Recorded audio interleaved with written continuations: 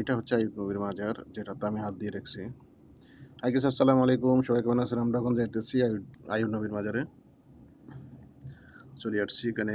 এটাই হচ্ছে main gate ঢুকার। এটা দিয়ে ভিতরে ঢুকতে হয়। আপনার সাথে থাকেন, দেখেন। আমি আপনাদের আজকে ওইখানে নিয়ে যেতেছি।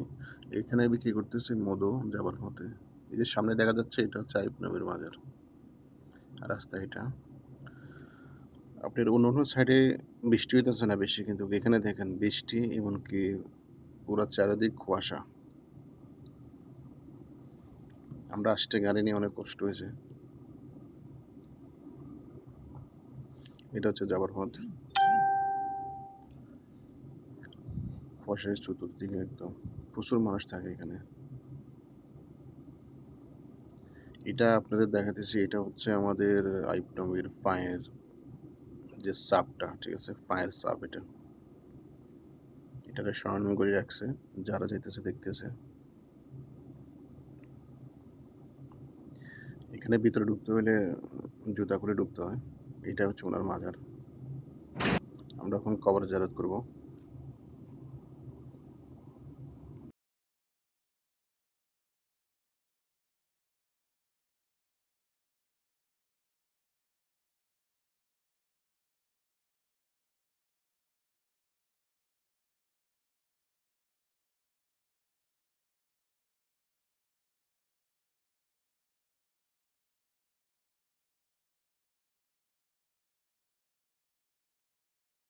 এটার লোকেশনটা হলো ওমান সালালাতে, একদম পাহাড়ের উপরে।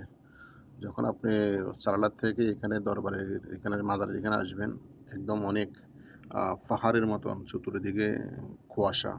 তবে একটা জিনিস কি জানেন, মাস্কেটের ভিতরে যেরকম গরমের তাপ, এখানে সেরকম গরম নাই। আমাদের বাংলাদেশ থেকেও ঠান্ডা। আরেকটা জিনিস, আপনার বৃষ্টি হইতেছে, এমনকি কুয়াশা চতুর্দিকে। আর আমরা যখন গাড়ি করে রাস্তাতে আসতেছি, আমরা রাস্তা দেখতেছি না গাড়ি ইয়ার জন্য, কুয়াশার জন্য।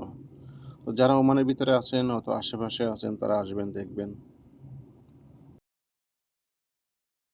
এখানে সবাই আসে, দোয়া করে।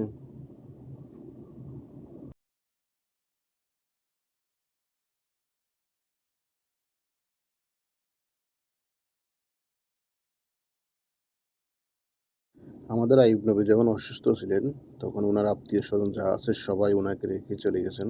তবে ওনার স্ত্রী যায় নাই, ওনার স্ত্রী ওনার সাথে ছিলেন। এটাই কবর, দেখেন। যারা যারা দেখেন নাই, তারা হয়তো এই ভিডিওর মাধ্যমে দেখতেছেন।